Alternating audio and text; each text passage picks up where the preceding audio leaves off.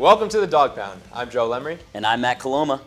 The Battle of Albany and the 518 was in full effect at Connors Park on Tuesday. Siena hosting UAlbany. Winner would get Capital Region bragging rights. UAlbany would lead 5-3 heading into the 6th. And here's where things got interesting. Top of the 6th, UAlbany takes a 7-3 lead. From there, Siena would go on to score 9 unanswered runs on the Great Danes. Juniors Gavin Thorburn and Lewis Percival each tallied 3 home runs in 5 at-bats. The Saints would go on to beat their crosstown rivals 12-7, your final.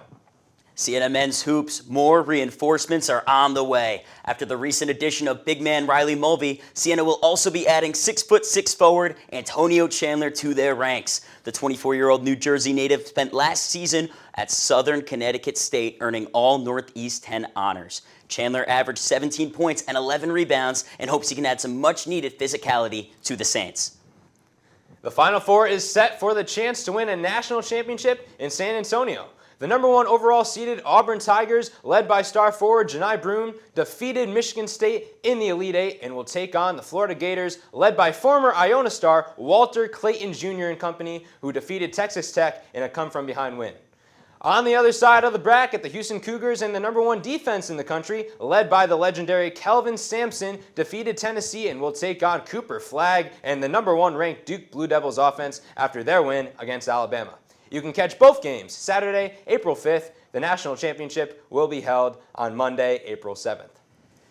And while everyone is worried about what the Yanks have been swinging, they don't care because they just keep winning. Last night, Yankees looked to stay undefeated against the D-backs in the Bronx, a tall task for the Bombers with 4-time All-Star Corbin Burnes on the mound. Arizona would strike first in the 3rd inning with this 2-run shot from Corbin Carroll, his first of 2025. However, the Yankees would get a run back in the bottom frame. Jason Dominguez, the Martian, sending this one into orbit. He has arrived, ladies and gentlemen, 2-1 Diamondbacks. Anthony Volpe would continue on his tear, with this home run being his 3rd of the new season. This one creeping over the left field wall as the Bronx Bombers continue to live up to the name. And the damage would not stop there as, oh no, Josh Naylor sends that one over Corbin Burnes' head as the Yankees would score 2 more runs on Naylor's mishap, giving them the lead 4-2.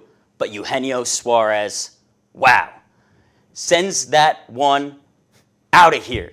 Grand slam for the Diamondbacks in the top of the 8th. Eugenio Suarez has 5 hits this year. All 5 have left the yard. The Yankees would get a run back in the 9th. However, it would not be enough as the Diamondbacks take this one 7-5. After an impressive 10-4 victory over the Marlins on Monday, the Mets came across some struggles in their game last night. Bottom of the 1st, Kyle Stowers blasts one deep right center for a 2-run homer, gives the Marlins the early advantage. Top of the 2nd, Mets respond. Brandon Nimmo hits one into right field, and it's gone. A solo home run puts the Mets back within 1.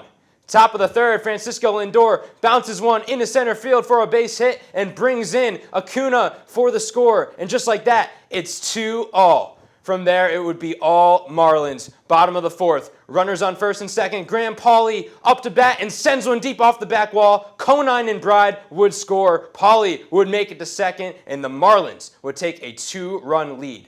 Innings 5 through 9 would be a goose egg for both teams, and the Marlins would go on and hold on to win this one 4-2, the final. And that'll do it for this week's edition of the Dog Pound. I'm Joe Lemery. And I'm Matt Coloma. Jonathan and Emily, back to you guys.